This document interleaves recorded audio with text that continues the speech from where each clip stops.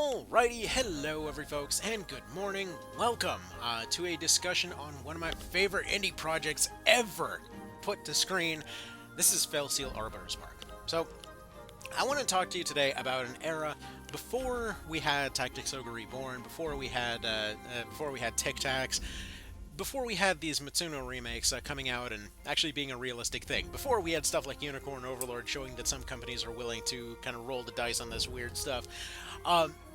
Essentially, this was an era in which the last time that we'd gotten some proper budget, like decent SRPGs and what have you, was more or less going to be the catalog from the PSP. We did have stuff like XCOM 2, but people will argue with me all day on whether or not that's actually an SRPG. It is. Don't fight me on that. Anyway, but as far as these sort of like story style SRPGs, there's something that was kind of few and far between.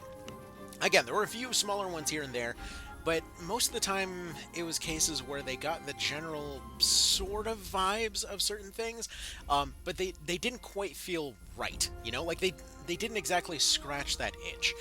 And a lot of times it's because they were directly trying to copy things without really necessarily evolving them, and that's where Felseal was different. This game, despite its budget consisting of little money, was essentially coming in attempting to revitalize a lot of these systems that we loved from, you know, a lot of these games growing up. Games like FFT, the Tactics Advanced games, Tactics Ogre, Disgaea. It wanted to bring together a lot of mechanics from all of these different areas and just sort of see what you could do with them. Like, if you decided to put all of your focus on the mechanical systems and the customization and stuff like that, and the rest of it was just sort of here to serve you doing that particular thing. In many ways, it's kind of an inverse from the kind of Mitsuno remakes that we've seen. Because remember that with the Mitsuno games, their whole idea, the thing that they were built around, was telling the story first, and then putting other mechanics there to match them. So when it came to stuff like FFT, they were just sort of using the existing kind of traditional Final Fantasy system of the time and putting it on a chessboard. And the result was something really cool, but their primary focus was like, you know, Zodiac Braves, murder politics, all that sort of thing. When it came to Tactics Ogre, again, similar thing. Their idea was take old tabletop wargame and make it into storytelling experience. Like, hey, look, you can be the one getting lied to. How immersive. So as far as all that stuff is concerned, always remember that when it came to every one of their projects, their focus was on the story. It's why when we saw stuff like Tor, we saw a totally opposite direction from stuff like the One Vision overhaul for Tactics Ogre. For those unfamiliar, One Vision basically like took the mechanical systems of the PSP version and just like went full on to Crazy Town with them for over a decade at this point, going and like exploring all the little nitty-gritty ways that simulation could work. When Tactics Ogre Reborn came out, they're like, okay, look, voice acting, we get a lot of better pacing in the story, we get a lot of additional dialogue to fill in the blanks. Actually, they'd love to kind of omit on those ones. Like, there were a lot of little moments where they added stuff and just said they didn't. I don't know what that's all about. But anyways, when it came to the skill system, a lot of its purpose was to sort of make it so that people could just sort of pick up and play the thing. So there was a lot more focus on like debuffs and in-the-moment counters, and basically zero emphasis on trying to go into the grinding type systems, because that's just not what they were there for. They wanted you to explore the story, explore the world, and so it's all game flow, all story, and it does not try to do the whole MMO thing that the PSP version did. It does bring in all those skills from it, but anyways, you get the idea. They wanted to do story in service, mechanics in service of the story. Turned Canadian there for a second. Weird way to say sorry.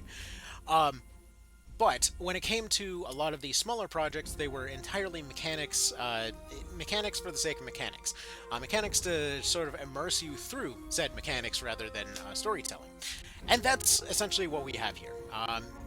This sort of like love letter, more or less, to all of those mechanical moments. Okay? Now, all of that preamble out of the way, let's go ahead and get started. So, before we get going, you'll notice that there's some timers at the top. We'll get to those, but long story short, that is sort of the away missions, give or take. like, you know how you have the sort of FFT away missions that you'd send people on, and then you'd have a certain number of days that you'd have to wait until they came back? In this particular case, if you have some units that you're not using for something, you basically can just send them out on away missions, and that timer will keep ticking even when you're not playing. So, like, if you're done at the end of the day, you just sort of send them out on away missions, and they come back. And it's like, oh, here you go. Like, you were missing a few points to unlock that new thing. Now you just sort of have it, right? Okay, now, when it comes to customization, there's a few limiting factors that FFT and a lot of the FFTA games had. First and foremost was party limit. I've yet to find one. When it comes to the actual units, though, what we see is a case that the differences could not be more stark right from the get-go.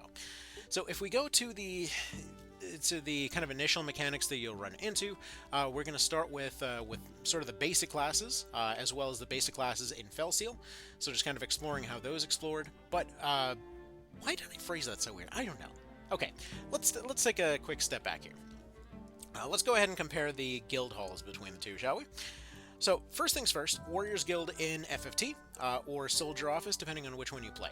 The mechanics are fairly simple here. You can recruit one soldier, you can name that soldier, they will show up at level 1 with basic equipment, and then you can also change the name of a monster unit, right? So, that's fine.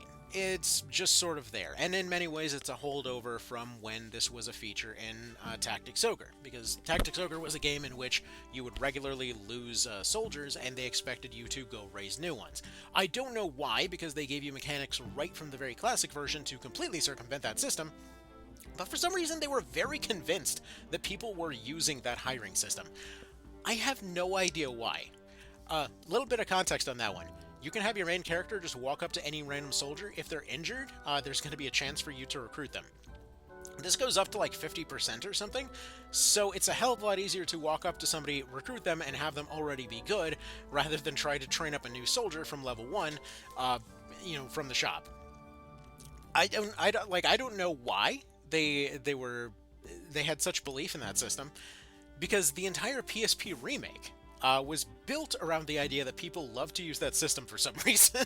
Maybe it was more popular overseas, I don't know. But they literally redid the entire class system to the point that classes are leveled individually from units before just letting you pick the level that you would level up at. It's strange to me. And Final Fantasy Tactics was no different, as well as its remakes, as well as probably Tic Tacs will probably do the same thing. So yeah, I'm not sure why they're so insistent on that, but from Night of Lotus as well as Felseal, we got the good old option to just basically select the level of your leader and have somebody level up to that point.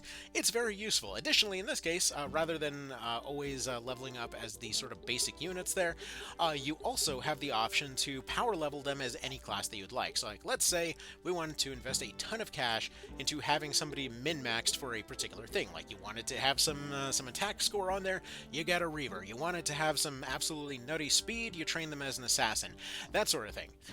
So this basically means that if you have some dumb min-max idea that you got out of absolutely nowhere, you can just slap that sucker in right away. Also, that dude is looking hilarious. This guy is somehow looking even more hilarious, but whatever. Anyway, okay. As far as customizations go, you can, if you want to, have sort of generic outfits available for everybody. Good for you if you want to do that. I personally prefer to run everything custom in this case, but you can customize everything down to hair color, hairstyles, accessories, all of that sort of thing. And if you're playing on PC, you also have the option of putting in custom portraits, like if you wanted to have this dude look like a squire or whatnot. So that's just all well and fun, you know, whatever names you'd like on there. And yeah, this gives you a lot of control over just kind of building stupid ideas and having the ability to go act on your stupid ideas right away. Okay, you don't have to sit there grinding and grinding and grinding. You have a dumb idea, you can just sort of make it happen. Alright, now, moving on to the next thing, let's go ahead and talk about systems. So let's go ahead and talk about how the actual classes are put together, and then we'll talk about how they evolved a lot of the basic classes. So this is probably going to be a multi-parter, since, you know, there's going to be a lot of things to discuss, but today we are going to be talking about the basic classes from FFT, as well as the basic classes from Felseal. And I also want to point out that that all of this came around at a time when none of these remakes seemed like they would ever happen. So they absolutely went to town on tying a lot of this stuff together. Felseal always kind of had this vibe of like, we get one shot at this, let's make it count, you know? Alright, so let's talk initial systems. So we don't have a Brave and Faith system. We have essentially something a little more Disgaea-esque, I guess you could say. You have your resistances, they can go positive and negative. You got your HP and MP, you got your attack and defense, mind resistance, those are obvious, as well as a speed score, as well as an evasion score, movement, jump, and critical. So crit rate is something that you can train for, and it's something that you can build for. Speed is a base stat in this one, but it is fairly controlled. And additionally, when it comes to your equipment, you've got a 6-slot system. You can pick one piece of, let's say, like a weaponry, one shield, one armor, one helmet, but for anything accessories-wise, you basically have infinite slots to do whatever you'd like. And these are primarily used for almost building custom classes. So, for example, rather than learning throw item, you would dedicate item slots to the throwing glove, a early game craftable that allows you to extend the range of all items by 1. And when it says items, it's basically anything that, you know, physically could potentially be classed as an item. Sorry that I keep exiting out of that menu there. But for example, let's take a look at Kia here, sort of my trap expert, right? So, in her particular case, she's got 2 throwing gloves, and she's also got several traps, and these traps have their range extended by those item gloves. And additionally, she has another thing here that doubles the effectiveness of items, as well as a skill that allows those items to be used in an AoE. Meaning, for example, that the first skill that we want to cover, what I consider the sort of like quintessential FFT Squire skill, the Stone, is actually an item in this one rather than a skill that you learn. So let's go ahead and explore that a little bit. Let's go ahead and pull up the Squire skill list and talk about how you find them here, okay? If I can stop exiting out of the menu like a goober. I don't know why I'm doing that. Twitchy buttons today, apparently. Alright, so let's go over to the class list. Actually, before we go to the class list, right, we were talking about the rock. So, this game has what I consider to be the perfect SRPG item system. Essentially what we see here is an item stock system. It's kind of an evolution of the way that XCOM did it, but the idea is that rather than going and replenishing your stock of items, you know, buying your 99 stacks of everything, instead what we have is a slot system in which every item is basically Estus. Okay? Every item is an Estus flask. So your heals, they will always restore at the end of your fight, and you have a limited number of all of your items. But it goes beyond this because rather than, for example, the chemist, you have a thief. Now, why is this relevant? Because your thief can go steal from the enemy's item stock. Basically, item stocks are something that every party has, and depending on your difficulty, it's actually one of your customization options that you can choose. For example, how the enemy party comes prepared. So, like, let's say, you know, whether they'll use revives, whether they have additional items, what kind of injury system it's using, all that sort of thing. You know, whether they have items, whether they have an extended item stock, whether they'll use them in certain ways, whether they'll, for example, allow drowning to be done or whatever else. There's a lot of customization you can do here. But sticking with the items, though, this means that you have a very selective set of items. You only have a handful. You always are kind of in that mentality of just like, you only have a few items to make this work, so how do you make it work? It causes sort of this perfect balance of leaning on, let's say, revival skills and stuff like that, but still having the option to use items. It gives you a more interesting use for, you know, a thief in terms of being able to replenish those. And additionally, it kind of works into the whole crafting component, because you'll have moments where it's like, do you get a better piece of gear, or do you go and expand your item stock permanently? So it's just really cool. I really, really, really like this item system. Please bear in mind, this is not the final count. This is a New Game Plus save file at this point. I meant to originally use my original, like, end of game save file, but apparently I overwrote that, so whatever. Anywho, going back to the skill system here. So past the 6 slots of items, you also have 2 different classes that somebody merges together, and on top of that, we have 4 passives. So rather than a movement passive, essentially what we have is a counter and 4 passive slots.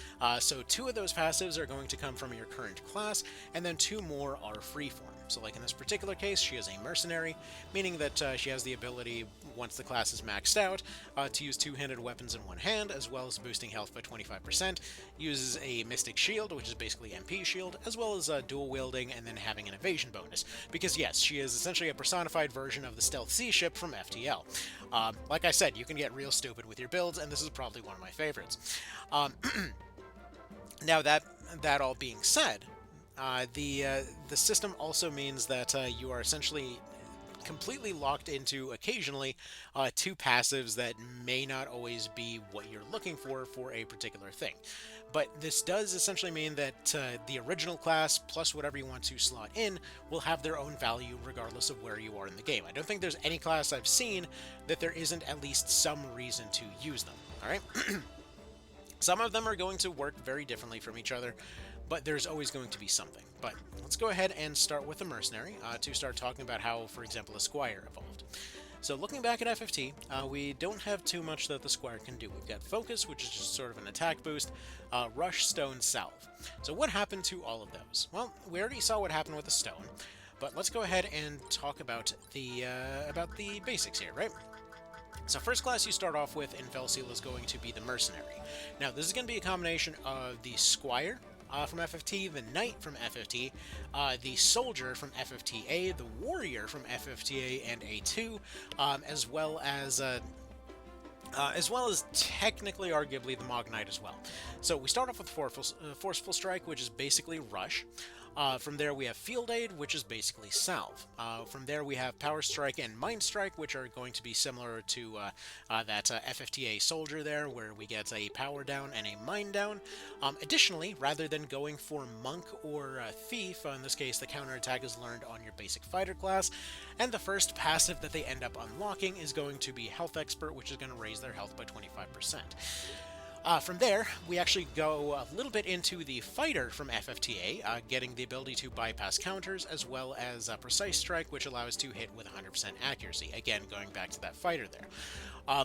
So again, a good mix of a lot of your early game basic fighters, and you might be thinking, okay, they're burning through a lot of classes to kind of boil down into this one thing. Does that mean that there's less? No, it's just that there's so much that this is just all the basic stuff now. Anyways, we get Monkey Grip for their second passive, and then we get Stunning Strike, which goes and delays somebody for their next turn. And this could be seen as starting off with FFT's Speed Rend on the Knight, and then going down to various types of delay moves on all of the other previously mentioned classes. But this class, I might have noticed that there wasn't too much Knight flavor in there immediately, but this class is essentially your health tank. More or less. They're going to have, as you see up there on the top right, great HP growths, pretty much average across the board for everything else. But these guys are all about their HP. Additionally, one of the reasons that they get Sturdy Grip is actually to emphasize that even harder.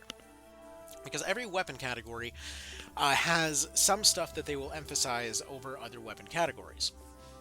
So like swords will typically be the most flexible, axes have... I'm actually not entirely sure what Axe's whole deal is. They're kind of all over the place. But when it comes to Mauls, they're always going to have a health bonus on there. And so the health bonus from that scales up with their natural high health growth, scales up with their passive health boost, turning them effectively into a sort of a combination of that Knight as your sort of HP tank. So right off the rip, again, lots of different stuff being put together there. However, stuff gets interesting once we start moving on to the right a little bit. So, equip axes, that might very well be why they start off with axes, but Beastmaster, we don't see Beastmaster here because there's actually 2 more classes over here that are to do with animals, depending on how you would like to handle them. So shortly after you get the Squire, roughly about the same type of game time, Sorry, phrasing that weird. About the same amount of time that it would have taken you to get Beastmaster and FFT, you also get access to the Beastmaster and the Wrangler. In the case of the Beastmaster, they take some Mercenary levels, some Ranger levels, some Mender levels. In the case of the Wrangler, they take some Knight and Mender. But essentially what these are different variations of sort of animal mechanics in this one. So the Beastmasters are actually going to be similar to the sort of Tactics Ogre Beastmaster, in that your beasts are their own separate units. They don't really have any drawbacks to them. In fact, they're arguably some of the most oppressively powerful stuff in the game. But the Beastmaster is there to support them, give them free turns, as well as being able to essentially go and subdue stuff that you find out in the field. All well and good. On top of that, you have the Wrangler. Now, rather than, for example, a beast riding mechanic, which arguably, if you want to see the evolution of the whole beast riding mechanic, just go play Kingsbane, because like that entire game is just one big slap in the face of the chicken riding mechanic. Because like, here you go, this is how you do a mount companion. But yeah, no, the Wrangler is a fun idea where it's basically a pet system. Okay, so whenever you look at the Wrangler, we've got, for example, so they'll go and they can tame certain things, right? Actually, wait, I'm getting these a little bit mixed up, but whatever. So Beastmaster over here, this is the one with all of the pets. Wrangler is the one that actually captures them. Okay, so Beastmaster is going to be a bit more advanced because they like basically run a small squad of pets that sit on the same tile as they do, and like they get sent out to attack, they get sent out to boost, they get sent out to revive somebody. Like it's just kind of funny. Or that, for example, they can go and attack something in order to heal your own dudes and what have you. That's going to be part of the sort of like mid-tier of units. We'll be getting into that later. But when it comes to the Wrangler, for example, they'll go up and they'll tame somebody. They can boost all monster units nearby. They can improve their focus and stuff like that. They can call monsters to nearby them. They're able to charm enemy monsters to your team. They're able to basically do the FFT. There we go. This is the one I'm thinking of. So, you know how in FFT the mime was always kind of awkward to use because they would just sort of like copy the last thing that happened? So one thing that this guy can do is that they can order all monster units on the field to attack. So like, let's say you have three like, you know, wolves or phoenixes or whatever else surrounding a guy. You throw out the attack command and they all just team up on the guy. So really cool thing. But yeah, it basically just orders all monsters to attack at the same time. And I want to point out that it just mentions all allied monsters. I believe this actually does count as guests as well. So for example, there's some fights with unique mechanics in there, like one that takes place in an arena with some dog kennels, and whoever gets those dog kennels first gets a temporary dog companion. And so when you, let's say, have all of these different animals go and attack somebody, you know, you can get some pretty nutty stuff coming out of this class. But yeah, no, so like calling them, giving them free turns, being able to order them all to attack at the same time, like this is, I love how they basically just took that one skill and just made it its entire class. Like it's just entirely its own thing. It's technically not necessarily a starter class, but it is fairly early. But yeah, the Wrangler is just a real cool time. I also want to point out that this was one of the DLC classes, so as far as why I'm not as familiar with telling the difference between these two, it's just like, I don't know. When it comes to big offensive powerhouse, I kind of imagine this one, and the one with the cute hat would probably be the one with the pets, but I guess they probably wouldn't turn their pet into a hat, so there's that too. Anyway, sorry. Let's go ahead and get back on track. Talk about the Scoundrel next. So Scoundrel is going to be over here. And this is another thing I find really cool. So essentially, we go from Scoundrel to, or we actually basically go from Chemist and arguably Archer. Instead, we have the Scoundrel. So the Scoundrel, as we discussed before, is able to steal items from the enemy team, and that's pretty darn cool. But additionally, they're actually going to be your crossbow guy. So they have dagger and crossbow rather than just daggers. They're also going to provide attack bonuses, which are going to be useful for a whole lot of different classes. Like, the class itself isn't really much of a powerhouse, but the attack expert and exploit weakness are two of the most potentially busted attack skills depending on how you use them. But they are a really, really fun unit for just screwing around, basically. They give you a lot of different things to branch off of. So you start off with having a range class, for one thing. You start off being able to combine effects onto, let's say, ranged attacks, so it's cluing you into the fact that that's possible, where you don't necessarily need a dagger to go blind somebody, you can just attach that effect to a crossbow. We already talked about the item mechanic. We've got Attack Expert and Exploit Weakness. Again, these are going to become more relevant for later classes down the line, but these are basically quintessential ways to go and boost offense. And additionally, we've got a sneak attack mechanic, just quietly sneaking its way in here from Tactics Ogre PSP in a situation where it actually potentially wants to be used.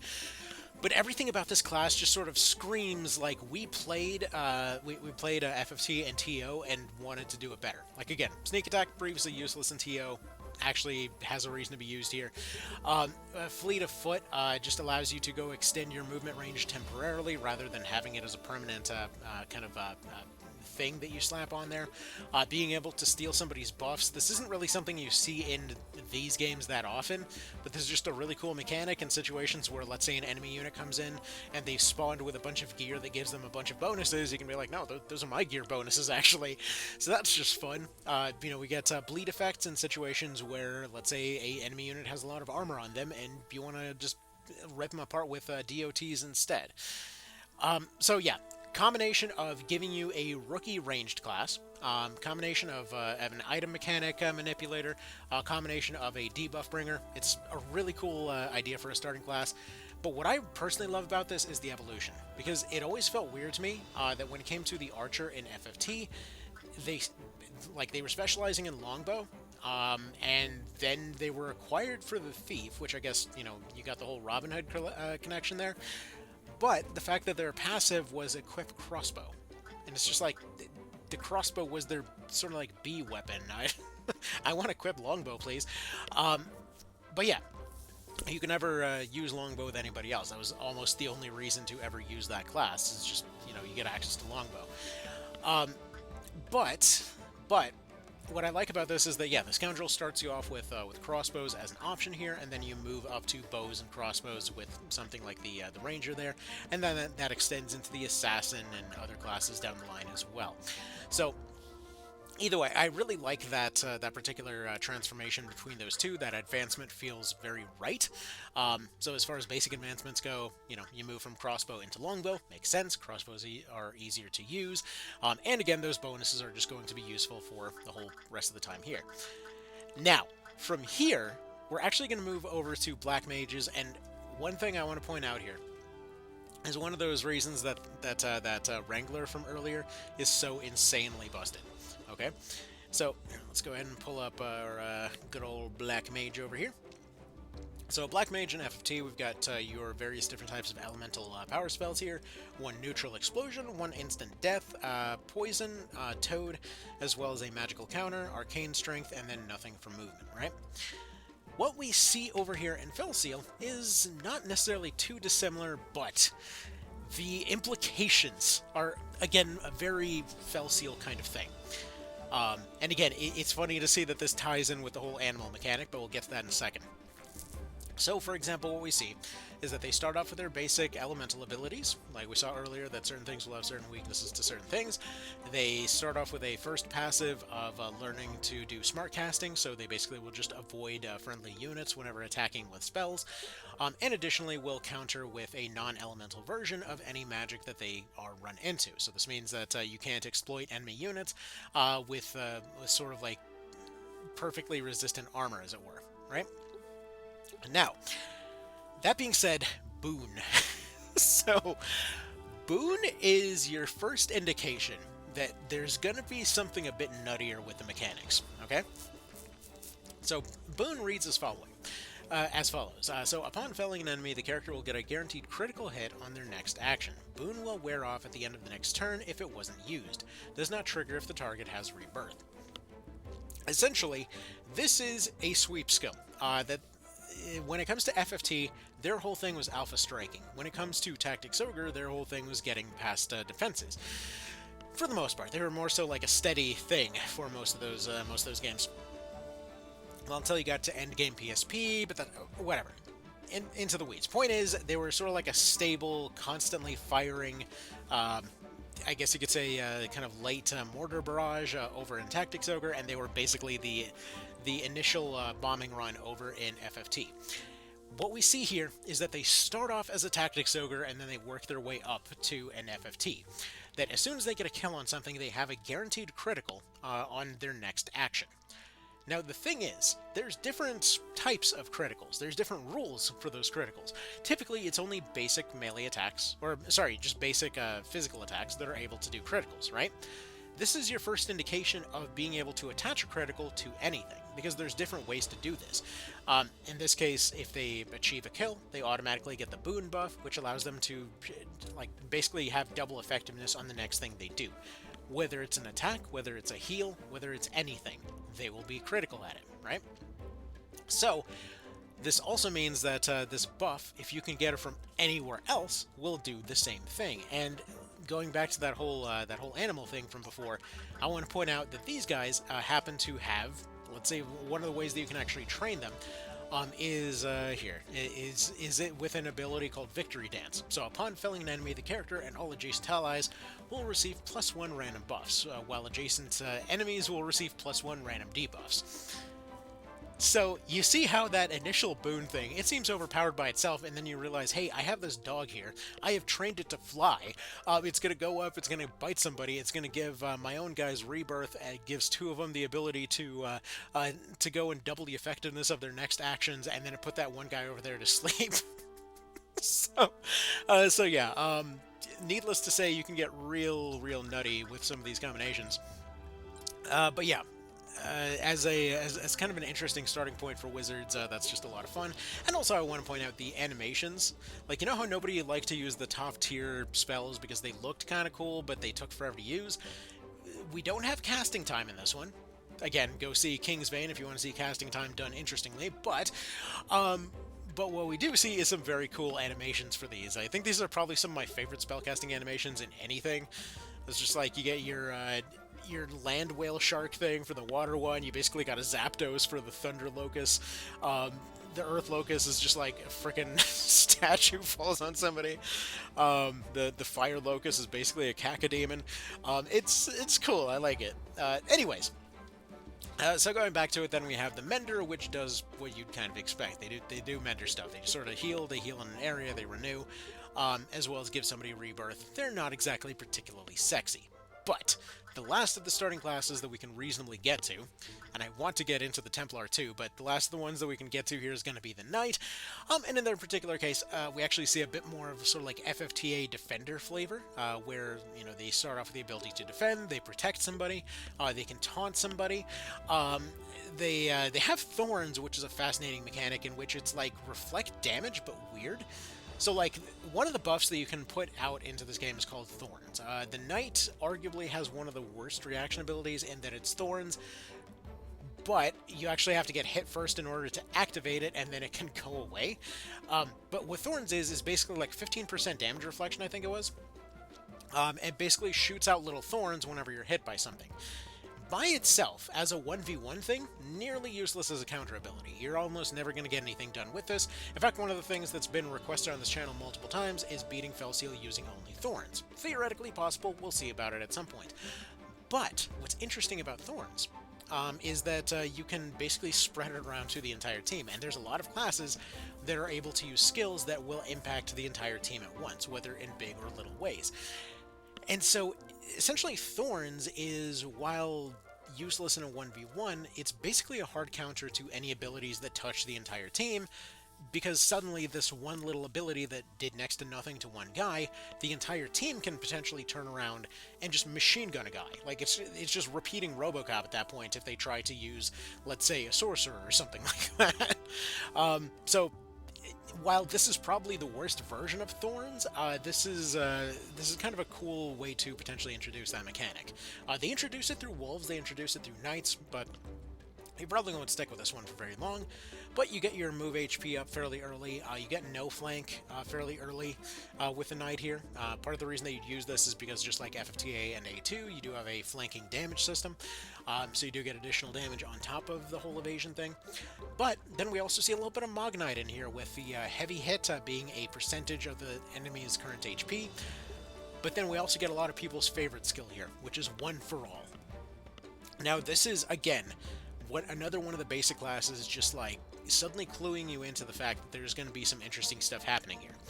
Because what One for All is that any unit that's nearby, if one of your units attacks them, they will basically do a follow attack on that unit if it's within their range. They sacrifice their turn to have constant pincer attacks versus that particular thing. You'll notice that it doesn't mention a type of weapon they're supposed to use. The knight uses it because they will carry a spear most of the time, right? Which means that they do have a pretty good amount of range to be able to use this to attack stuff diagonally, attack it 2 tiles away, or what have you. But there's nothing saying you can't, for example, give them a bow, give them a crossbow, give them, dual handguns. Dual handguns and a passive that also inflicts slow every time they hit something. And so you have, let's say, a combination of all of your units attacking at once on top of One for All following up on all of those attacks at once. And now suddenly you have a very different situation where they are rapid firing everything around them very, very quickly, potentially dropping an insane amount of debuffs and what have you. So either way, it's good stuff. It has a lot of cheese potential. You regularly will see the AI popping up with stuff like this. So I'm just gonna kind of mention that you're gonna want to keep your eye on this one. So that's the basic classes and more or less how they transformed in Felseal here. Now this is again barely skimming the surface, okay? Like, we've barely gotten into the fact that we've got accessories that allow you to do all sorts of different things with your people in all sorts of different ways. We've barely covered the fact that the crafting system exists in a way similar to FFT-A2. However, it's available from your inventory screen whenever, and also allows you to, as an example, allows you to go and make just sort of unique stuff if you decide to go do bonus objectives as you're going and doing things. So, like, let's say early on, if you weren't sure, how to reach certain items in the early maps, you might potentially find that if you take the fruit that you can pick off the trees there, as well as aloe leaves that drop from some of the monsters there, you can craft some Impala boots, giving you 4 extra jump range, allowing you to jump to the top of a tree or something. Let's say you have somebody that basically can't handle water. You can just go craft them some slippers, or not slippers, flippers, to get around that water, right? So there's a lot of stuff like this, including that previously mentioned throwing glove there, but this also includes other things like, for example, combination weapons. Like here, if I can find it down somewhere abouts. Probably one of the better... Where was it? Do I not have it here right now? I'm trying to find the half halberd. Wherever on earth that thing is, I might have to unlock it later in this one. I think I do have. I think I already have one of those made, don't I? Let's see. I'm positive somebody's equipping that thing right now. Who's got? Here, you're a mercenary. You can equip axes. Do I seriously not have one? There it is, half halberd. So you've got stuff like this that allows you to combine the effects of different weapon types together, depending on the circumstances. So you know how you had like the bolt swords from stuff in Fire Emblem? It's a similar idea here, where like in this case you have somebody that wants to use spears, but they only have access to axes, while a half halberd basically is a spear that fits into the axe category, that kind of stuff. So we haven't even gotten into things you can do with all of that.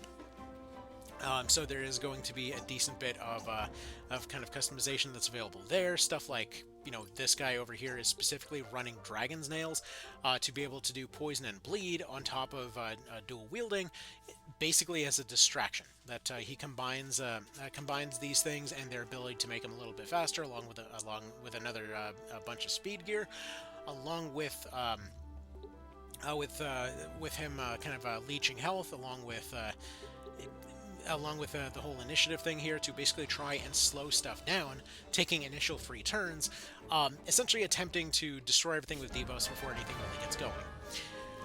Okay, sorry, one long ramble later, then we finally get back to that old passive system, because while we were talking about all this, they went and got several new things for everybody.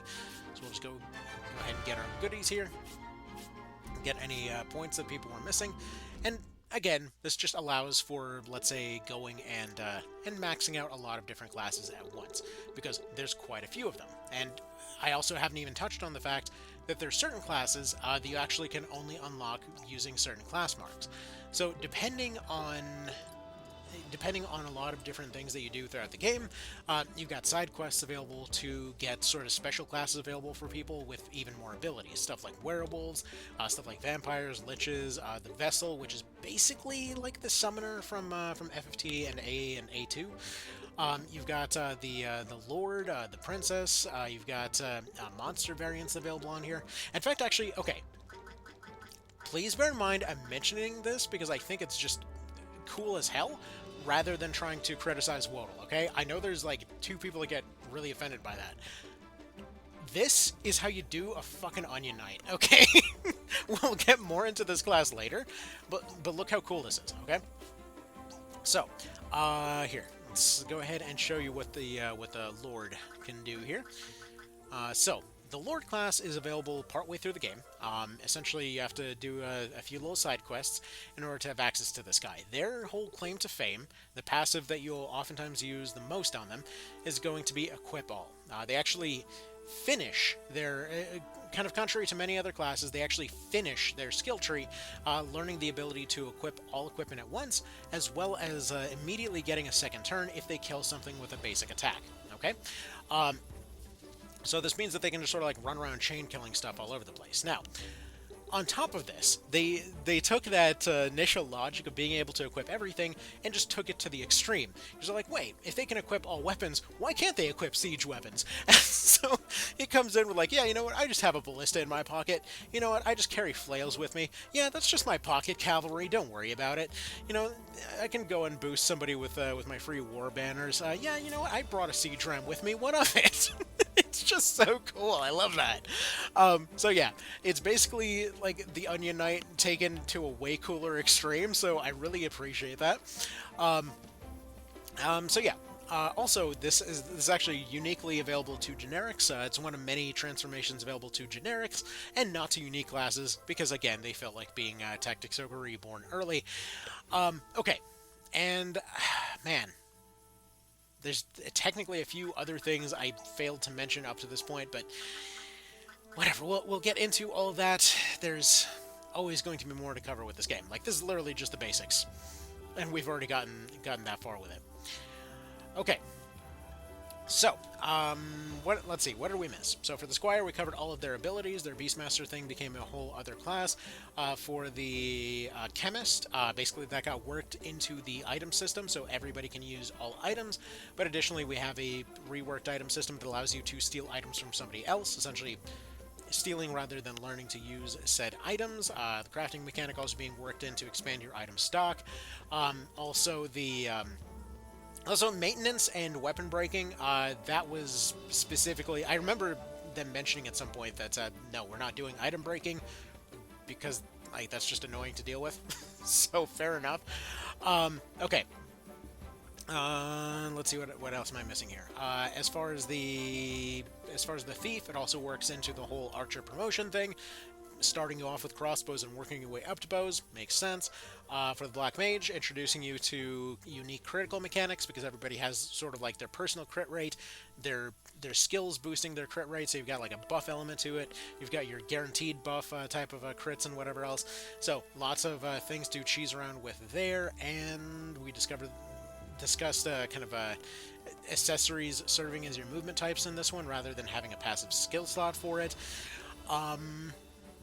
So, okay, that will be more or less about that for this first part. So, y'all have yourselves a good one. Hopefully y'all found it as interesting as I did. And yeah, next time we'll be discussing things like creating the heal nuke. I just noticed I didn't... I said I would discuss the heal nuke, I didn't discuss the heal nuke. Okay, where's Smelter Blue at? Is he... Here he is. Alright, let's discuss the heal nuke, alright? It's very simple. The Knight basically has a little bit of Dragoon flavor from FFT with Chivalrous Spirit. Allows them to give themselves rebirth. Now, importantly, it's not triggering off of only a physical attack. That ability was so expensive in FFT, considering that it only triggers off physical attacks.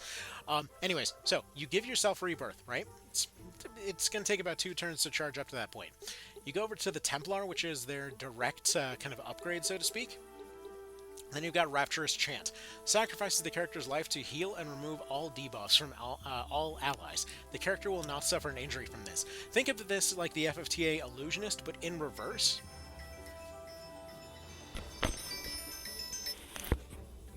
Oh yeah, so the heal nuke here. So basically, yeah, you can have them re-raise themselves, and then they just like go and go and just drop a heal nuke and just sit in the back of the party. Like, it's more or less having access to your sort of like sort of your bard and whatnot, but you get access to it way early, and also it gets rid of all debuffs. So potentially very useful depending on the circumstances. It's one that I found really handy during my first playthrough, and yeah, just generally good stuff there. So yeah, there will be a hell of a lot more to cover. I know, like, in the back of my mind, there's something bouncing around in there of some basic mechanic I meant to cover and just absolutely didn't, and it is generally annoying me right now. But whatever. Hopefully we'll remember that for part 2 here, where we can talk about some of the more advanced classes and what have you. And thank you all for stopping by. Thank you for taking a look at this whole thing. And yeah, I look forward to covering more of this. All right, take care. See ya.